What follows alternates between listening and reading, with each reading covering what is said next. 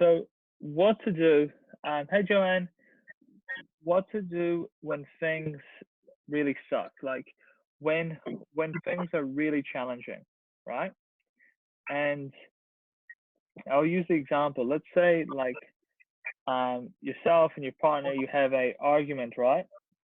And you don't know what to do, and you're just getting more angry and angry and angrier.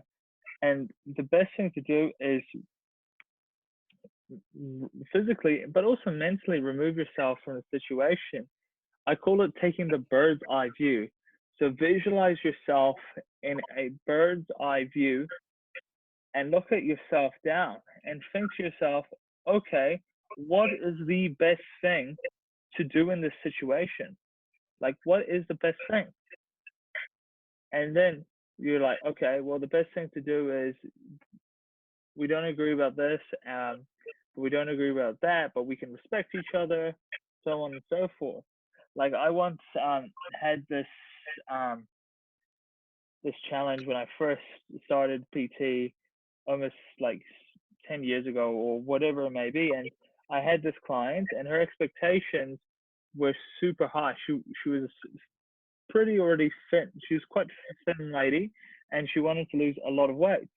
And so I trained her for 3 to 4 weeks, um, and she only lost like I don't know 500 grams, which I thought was good on the circumstances. And she would have put on muscle too, training in a gym.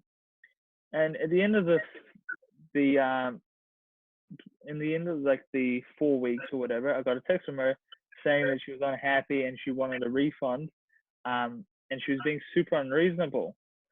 And after talking to one of my mentors, and I texted my mentor at the time saying I was super upset, this is what's happening, and he told me to do something similar to this. And I was just like, because what happened was I started arguing with her, which was actually putting me more into a pit because I was angry, she was angry, and we're both getting more angry and angrier.